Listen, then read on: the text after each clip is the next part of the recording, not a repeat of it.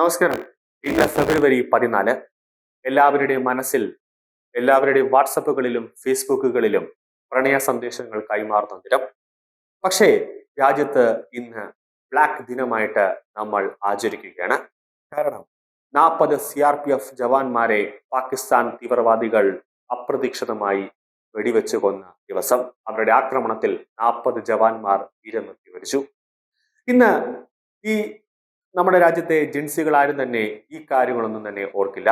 കാരണം കിസ് ഡേയും അത് കഴിഞ്ഞ് വരുന്ന വാലന്റൈൻസ് ദിനമെല്ലാം ഇവർ ഓർത്ത് കാമുകന്മാർക്ക് ഗിഫ്റ്റുകളെല്ലാം തന്നെ കൈമാറാനായിട്ട് കാത്തിരിക്കുന്ന ദിനമാണ്.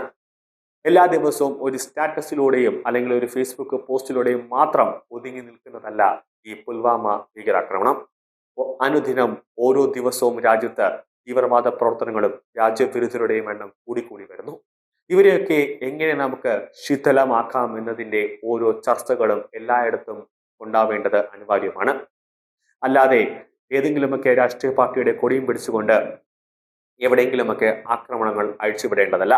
ജൻസികൾക്ക് കൃത്യമായ സന്ദേശങ്ങൾ, കൃത്യമായ ഓരോ കാരണങ്ങളും പറഞ്ഞു കൊടുക്കണം.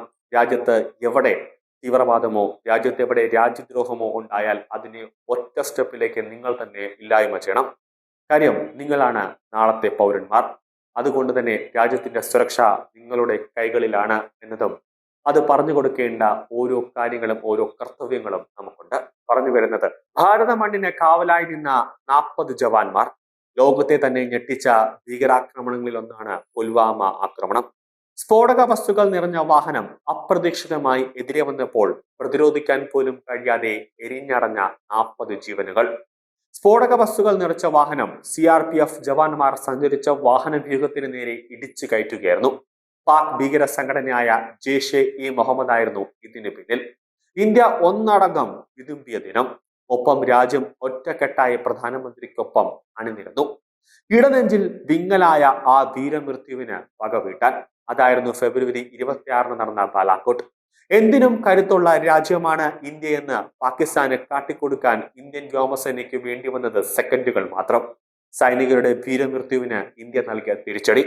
പുൽവാമയ്ക്ക് പകവീട്ടാൻ ഇന്ത്യ ബാലാക്കോട്ട് വ്യോമാക്രമണം നടത്തിയപ്പോൾ ജെയ്ഷെ-മുഹമ്മദിന്റെ അടക്കം നിരവധി ഭീകര ക്യാമ്പുകളാണ് തകർന്ന് തരിപ്പണമായത്.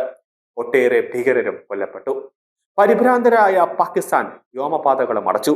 മുസഫറാബാദ്, ബാലാക്കോട്ട്, ചങ്കോട്ട് മേഖലകളിലായിരുന്നു ഇന്ത്യയുടെ തിരിച്ചടി. പ്രധാനമന്ത്രി നരേന്ദ്രമോദിയുടെ നേരിട്ടുള്ള നിർദ്ദേശത്തെ തുടർന്നായിരുന്നു ആക്രമണം. ഉപഗ്രഹ സഹായത്തോടെയാണ് ബോംബുകൾ വർഷിച്ചത്. സാറ്റലൈറ്റ് ഗൈഡഡ് ബോംബുകളായ സ്പൈസ് 2000 മിറാഷ് യുദ്ധവിമാനത്തിൽ നിന്നാണ് തൊടുത്തിവിട്ടത്. ബാലാക്കോട്ടിൽ ഇന്ത്യ നടത്തിയ വ്യോമാക്രമണത്തിന് പിന്നാലെ ഫെബ്രുവരി 27 ഇന്ത്യൻ സൈനിക കേന്ദ്രങ്ങൾക്ക് നേരെ പാകിസ്ഥാൻ ഒരു പ്രകോപനം തുടർന്നു. ആക്രമണം നടത്താൻ ശ്രമിച്ച പാകിസ്ഥാന്റെ F-16 വിമാനത്തെ MiG-21 പിന്തുടർന്ന് വെടിവെച്ച് വീഴ്ത്തിയത് അഭിനന്ദൻ വർദ്ധമാൻ എന്ന വിംഗ് കമാൻഡർ ആണ്. ഇതിനിടെ അഭിനന്ദന്റെ വിമാനവും വെടിയേറ്റ് വീണു. പാരച്യൂട്ടിൽ താഴെ ഇറങ്ങവേ അഭിനന്ദൻ പാകിസ്ഥാന്റെ പിടിയിലായി.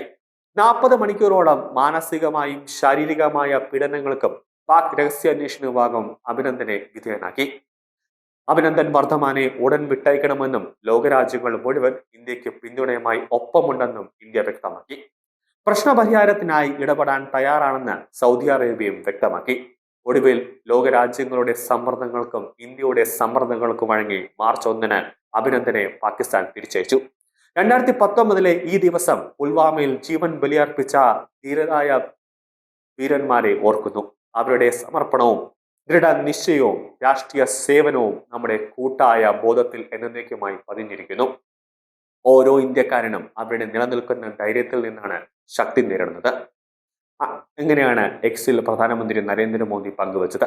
പാകിസ്ഥാൻ ഇന്ത്യയിൽ കയറി വന്ന് ഓരോ ആക്രമണങ്ങൾ നടത്തുമ്പോഴും ഓരോ ഭീകരാക്രമണം നടത്തുമ്പോഴും ഇന്ത്യ ശക്തമായി തന്നെ തിരിച്ചടിക്കുന്നുണ്ട്. അങ്ങനെയാണ് സർജിക്കൽ സ്ട്രൈക്ക് വരെ ഉണ്ടായത്. എന്നിട്ടും പാകിസ്ഥാൻ പഠിക്കുന്നില്ല.